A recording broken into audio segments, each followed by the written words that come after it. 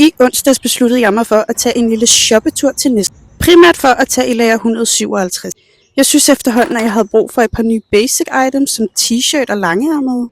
Og hvis ikke I kender lager 157, så er det en kæmpe butik, der er fyldt til randen med primært basics til garderoben til virkelig fornuftige priser. Men som I kan se, så har de altså også masser af søde pyjamas og kjoler og meget mere. De fleste af mine basics er faktisk fra lager 157, fordi jeg synes, de har så meget godt og stadig til lækker kvalitet og så mega gode priser, der bare, det kan man jo ikke diskutere.